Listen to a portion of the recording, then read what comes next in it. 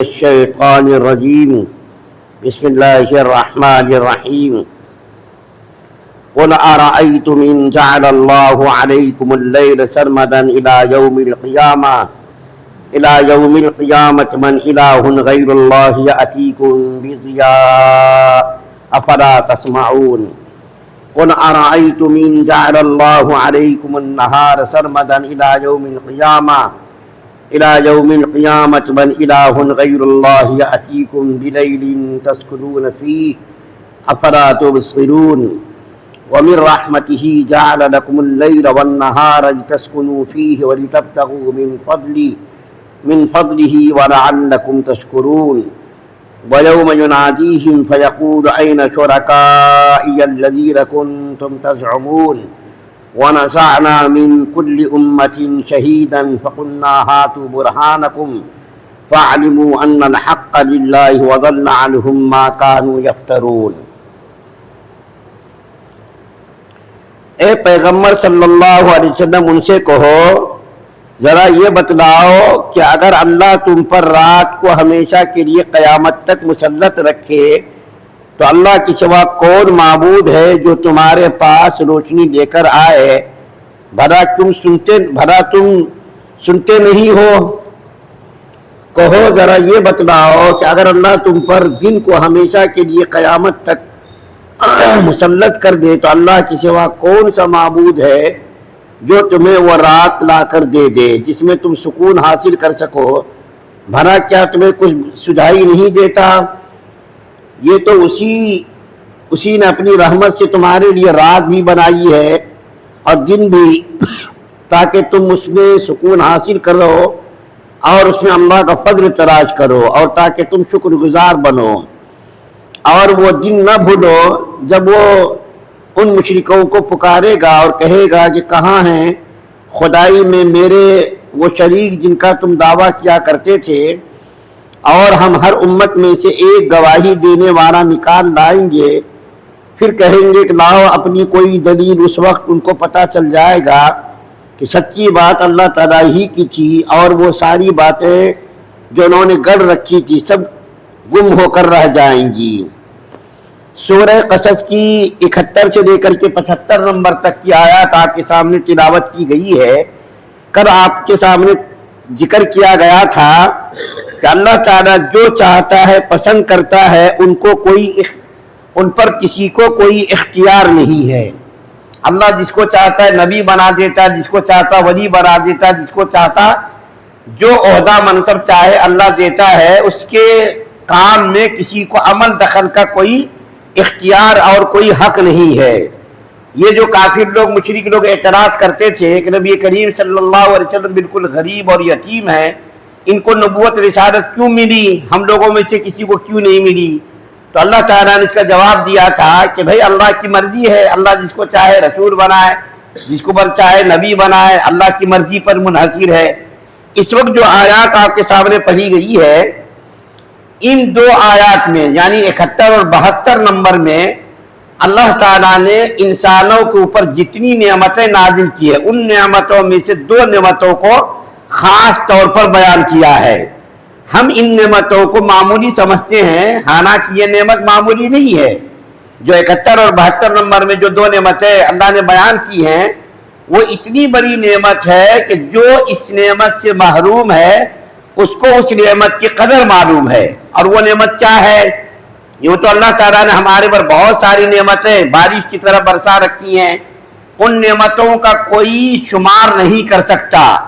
بارش کے قطروں کو ہم گن سکتے، درخت کے پتوں کو ہم گن سکتے، لیکن اللہ تعالیٰ کی جو نعمتیں ہمارے اوپر ہے ان نعمتوں کو ہم گن ہی نہیں سکتے۔ اللہ تعالیٰ خود ہی قرآن کے اندر فرماتے ہیں وَإِن تَعُدُّوا نِعْمَتَ اللَّهِ لَا تُحْصُوهَا، کہ اگر تم اللہ کی نعمتوں کو گننا چاہو تو گن نہیں سکتے، شمار کرنا چاہو تو کر نہیں سکتے۔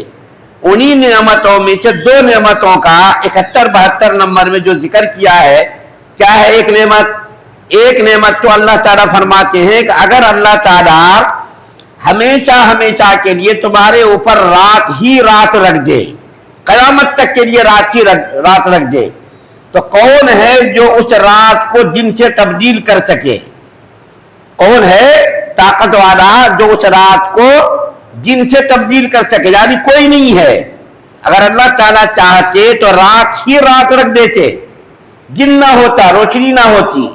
اور اگر اللہ تعالیٰ تم کو دن ہی دن میسر کر دے، رات نہ لائے، تو قیامت تک کون ہے؟ دیکھیے کتنی جو ہے بات میں طاقت دیکھیے خدا کے کلام میں، کہ خدا کے کلام میں اگر اللہ تعالیٰ چاہے کہ اللہ تعالیٰ قیامت تک تمہارے اوپر رات کو ہی مسلط کر دیتا تو کون ہے؟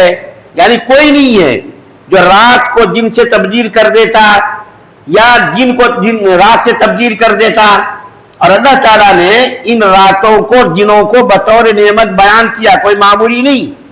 رات کو اللہ تعالیٰ نے اس لیے بنائی، رات کو اللہ تعالیٰ نے اس لیے بنایا تاکہ آدمی رات کو سکون حاصل کر سکے. جو سکون اور جو اطمینان آدمی کو رات کو ملتا ہے وہ سکون اور وہ اطمینان دن کو نہیں ملتا. دن بھر کا تھکا ماندہ انسان محنت کر کے، کوشش کر کے، کاروبار کر کے جب رات کو آ کر کے 4 گھنٹے 5 گھنٹے جب آرام کرتا ہے تو اس کی ساری تھکاوٹیں دور ہو جاتی ہیں.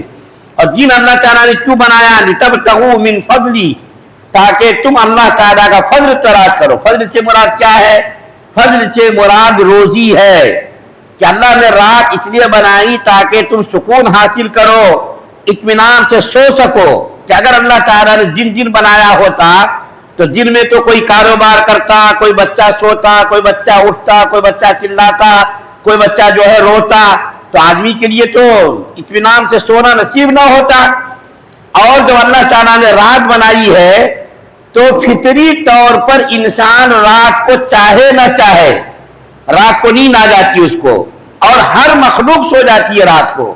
انسان کو پر نیند طاری ہو جاتی ہے، اور جب انسان کو پر نیند طاری ہو جاتی ہے اور جب وہ حساس بچہ ہو کر کے صبح اٹھتا ہے اور کاروبار کے اندر لگتا ہے تو اطمینان سے کاروبار کرتا ہے. اور جن کو اللہ تعالیٰ نے اس لیے بنایا تاکہ تم کاروبار کرو، روزی روٹی تلاش کرو اور جو محنت کرو، کوشش کرو.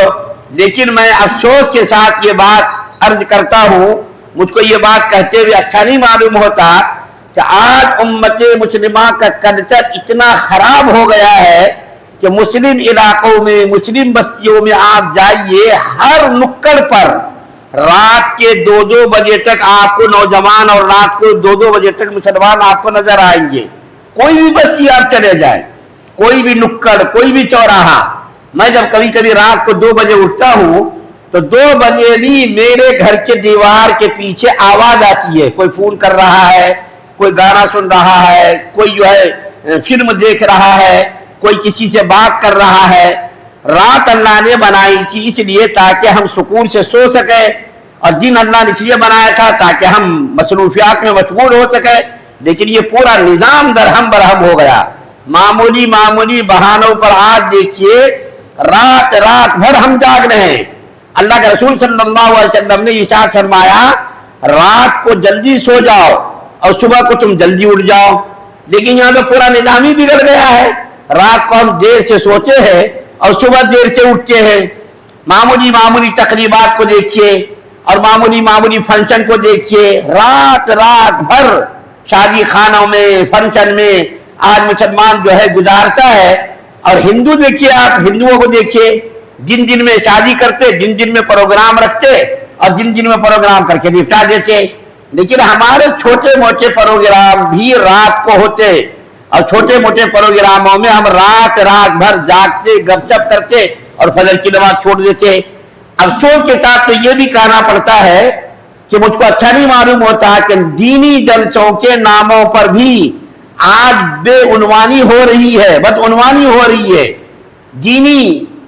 دین کے نام پر، اللہ اور اس کے رسول کی محبت کے نام پر بڑے اجتماعات، بڑے جلسے اور بڑی جو ہے تقریریں ہو رہی ہیں، اور ان تقاریر میں 2 بجے رات تک پروگرام ہو رہے ہیں اور فجر کی نماز ہم سے ضائع ہو جا رہی ہے.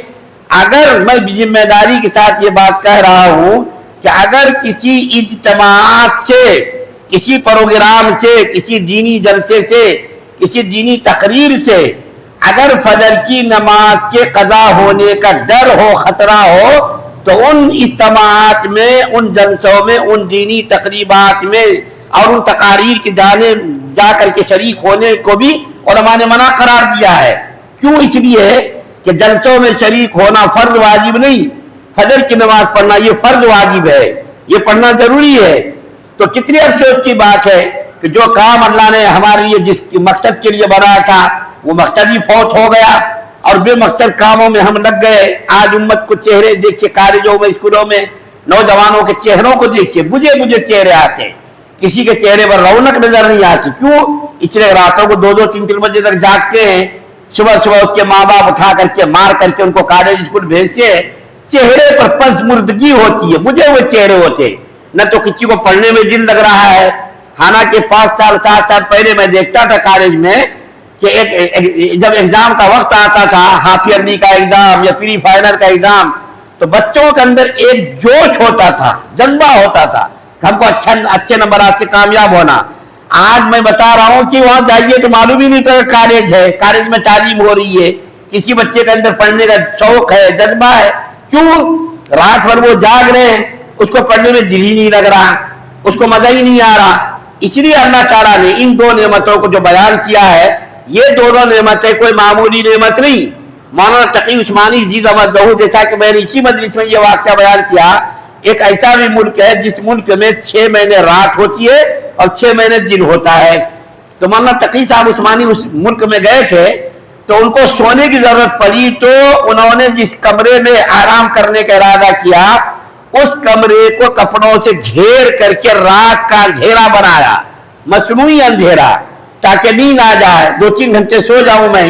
بڑے آدمی ہیں وہ، تو رات بنانے کے لیے انہوں نے کپڑوں سے پورے روم کو گھیر دیا تاکہ اندھیرا ہو جائے، اور اس کو رات بنا کر کے آرام کیا۔ دن میں نیند ٹھیک سے نہیں آتی، رات کو نیند آتی، رات بنائی اللہ نے آرام راحت کے لیے۔ تو مولانا تقی صاحب کہتے ہیں کہ ہم کو اپنے ملک کی یاد آئی کہ ہمارے یہاں دیکھو 12 گھنٹے میں 12 گھنٹے رات ہوتی ہے، 12 گھنٹے دن ہوتا ہے، سکون ہوتا ہے، سو جاتے ہیں آرام سے۔ تو اللہ تعالیٰ نے ان 2 نعمتوں کو بطور نعمت انسانوں کے لیے بیان کیا ہے۔ ان نعمتوں کی قدر کرنی چاہیے۔ آپ ان سے پوچھئے جو راتوں کو بیچارے سوتے ہیں کروٹ بدل کر کے، ان کو نیند نہیں آتی ہے، اور میں بھی اسی مرحلے سے کسی دن گزرتا ہوں۔ میرے ساتھ بھی ایسا ہی ہوتا ہے کہ کبھی 3:30 بجے تک نیند نہیں ہے۔ آج دن ایسا بھی ہوا 3:30 بجے تک نیند نہیں آئی، کروٹیں بدل کر کے میں نے جو ہے وقت گزارا، اور فجر کی نماز میں بھاگ کر کے آیا، جس سے سانس میری پھول رہی تھی، آپ لوگوں نے بھی دیکھا تھا۔ تو ان سے پوچھئے جس کو رات کو نیند نہ آتی ہو، اس سے پوچھئے کہ قدر کیا ہے نیند کی۔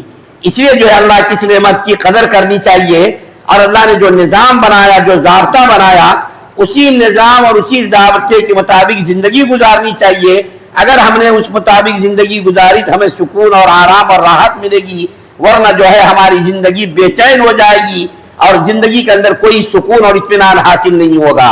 اللہ سے دعا ہے اللہ ہم سب کو سننے زیادہ عمل کرنے کی توفیق عطا فرمائے۔ سبحان اللہ بحمدہ، سبحانک اللہم وبحمدک۔